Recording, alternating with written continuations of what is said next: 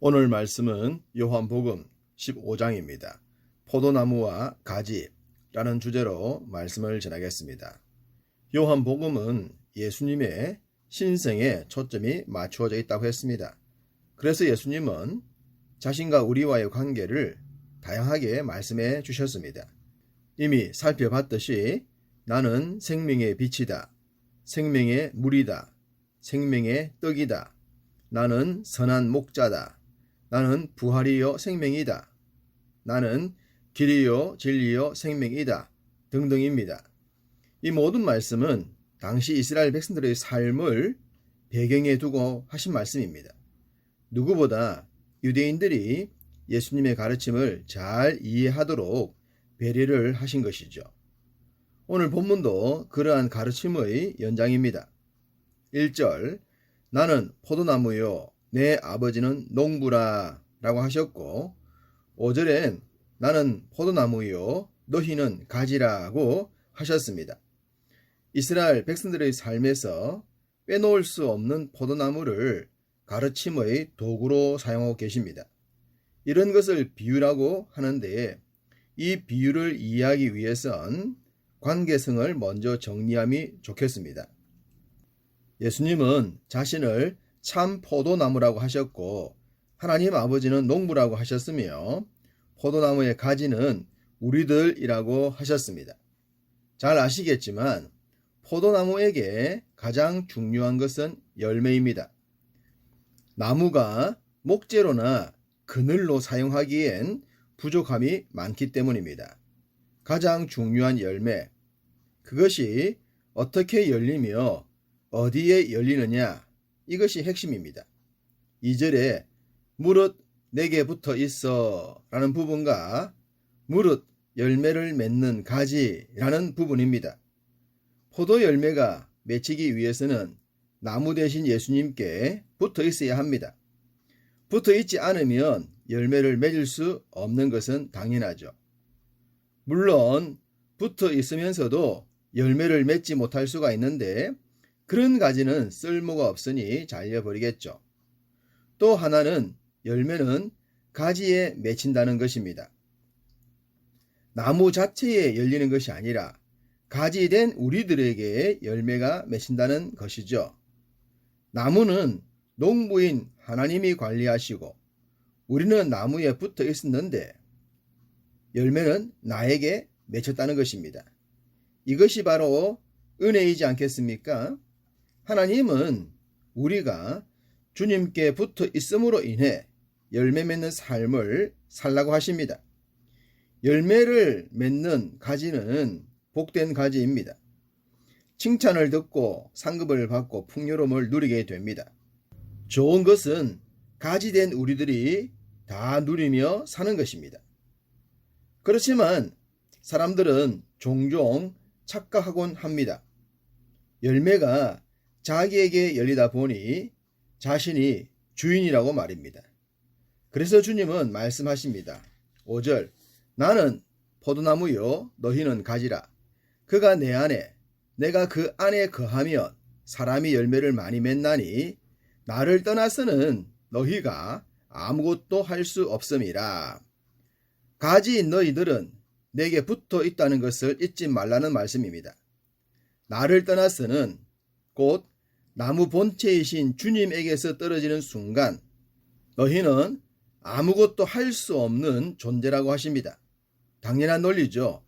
가지가 잘리면 열매 맺지 못하는 것은 상식 중에 상식입니다. 나를 떠나서는 너희가 아무것도 할 수 없다. 이 말씀에 대해 어떻게 생각하십니까? 믿음이 있는 여러분들이라면 당연히 아멘 하시겠지만, 믿음이 없거나 믿음이 적은 분들은 그렇지 않을 것입니다. 기분이 나쁠 수도 있습니다. 내가 뭘 못한다는 말이냐? 나는 능력도 있고 지금도 많은 일을 하고 있고 살아온 결과물들도 있는데 뭘 못한다는 말이냐? 라고 말입니다. 맞습니다. 인정합니다. 때로 믿는 자들보다 더 대단해 보이기도 합니다. 그렇지만 그들이 모르는 것이 있습니다. 나무에서 잘린 가지에도 꽃이 피지만 그 가지엔 열매가 없다는 사실입니다. 천천히 끓는 컵에 잠긴 개구리가 서서히 죽어가는 것처럼 자신들이 그런 존재라는 사실을 모릅니다. 왜요? 왜 모를까요? 누차 말씀드렸듯이 속이는 전문가 사탄이 그렇게 만들어 놓았기 때문입니다. 농부 대신 하나님이 아버지가 아니라 도적인 사탄이 주인이기 때문입니다. 나무에 붙어있는 가지는 열매로 인해 농부인 하나님을 기쁘게 합니다. 그러나 나무에서 떨어진 가지에서 나타나는 것들은 가지인 자신들만 기쁘게 합니다. 8절 너희가 열매를 많이 맺으면 내 아버지께서 영광을 받으실 것이요 너희는 내 제자가 되리라. 하나님을 기쁘시게 하는 자들은 하나님의 영광을 누리게 됩니다. 자기를 기쁘게 하는 자들은 이러한 축복과 무관한 것입니다. 11절 내가 이것을 너희에게 이름은 내 기쁨이 너희 안에 있어 너희 기쁨을 충만하게 하려 함이라. 진짜 기쁨과 즐거움이 있는 삶이 여기에 있습니다. 어떤 사람들은 인생의 목표를 이룬 후에 허망함과 무력감에 빠지곤 합니다. 거기엔 진짜 기쁨이 없기 때문입니다. 그러나 하나님과 연결된 기쁨은 차원이 다릅니다. 12절 내 계명은 곧 내가 너희를 사랑한 것 같이 너희도 서로 사랑하라 하는 이것이니라. 자신이 가지인 것을 알고 가지의 열매로 하나님을 기쁘시게 하는 사실을 알게 되는 자는 그때부터 진정한 사랑을 하게 됩니다. 주님처럼 말입니다. 자신도 사랑하고 타인도 사랑합니다. 그러다가 조건을 따지지 않는 사랑을 알게 됩니다. 주님이 보여주신 참 사랑의 깊이를 말입니다. 주님은 죄인된 우리들을 사랑해 주신 후에 우리를 친구로 삼아 주셨습니다. 13절과 14절 사람이 친구를 위하여 자기 목숨을 버리면 이보다 더 큰 사랑이 없나니 너희는 내가 명하는 대로 행하면 곧 나의 친구라. 우리에겐 주님의 친구가 될 만한 자격이 없습니다. 그렇지만 우리가 나무에 붙어 있다는 사실 하나로 친구 삼아 주신 것입니다. 그리고 나무에 붙어 있음으로 인해 열매를 맺었을 뿐인데 하나님의 사랑을 실천할 수 있는 자로 삼아 주신 것입니다. 우리가 이 세상을 살면서 어떤 일로 인해 가장 기뻐할 수 있을까요? 많은 것들이 있을 수 있겠지만 제일 큰 것은 사람을 살리는 것이지 않겠습니까? 나로 인해 죽은 사람이 죽어가는 사람이 살아날 수 있다면 얼마나 좋겠습니까? 주님의 친구가 된다는 것은 주님처럼 사람을 살리는 삶을 사는 것입니다. 그것은 우리가 알고 있는 복음을 알지 못하는 자들에게 알리는 것이죠.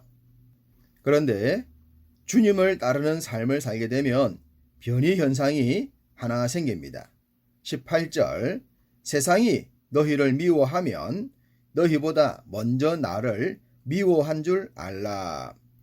갑자기 사람들이 여러분을 미워하게 됩니다. 다른 종교엔 침묵이나 인정을 하지만 교회를 다니게 되면 핍박을 합니다. 그것은 여러분이 그들과 달라졌다는 증거입니다. 죽음으로 가는 길과 다른 길을 가는 여러분들을 불신자들은 시기, 질투, 방해까지 합니다. 그래서 주님은 이런 사실을 미리 알려주셨습니다. 19절 너희가 세상에 속하였으면 세상이 자기의 것을 사랑할 것이나 너희는 세상에 속한 자가 아니요 도리어 내가 너희를 세상에서 택하였기 때문에 세상이 너희를 미워하느니라. 사탄은 불신자들의 영혼을 지배하면서 믿는 자들을 방해합니다. 같이 지옥 가야 하는데 천국 가는 여러분들이 싫기 때문입니다. 그래서 여러분의 삶에 미움을 받는 일과 핍박받는 일이 생기는 것입니다. 사랑하는 성도 여러분, 세상이 이웃이 가족이 여러분을 미워하더라도 속상해하지 마십시오. 그들이 하나님을 모르기 때문에 그러한 것이니 불쌍히 여기셔야 합니다. 그럴 때마다 여러분들은 기도하셔야 합니다. 그들도 여러분처럼 하나님을 알고 열매 맺는 삶을 통해 기뻐하도록 말입니다. 오늘도 여러분 속에 있는 하늘의 기쁨이 여러분 주위 모든 사람들에게 아름답게 전해지기를 주님의 이름으로 축복합니다.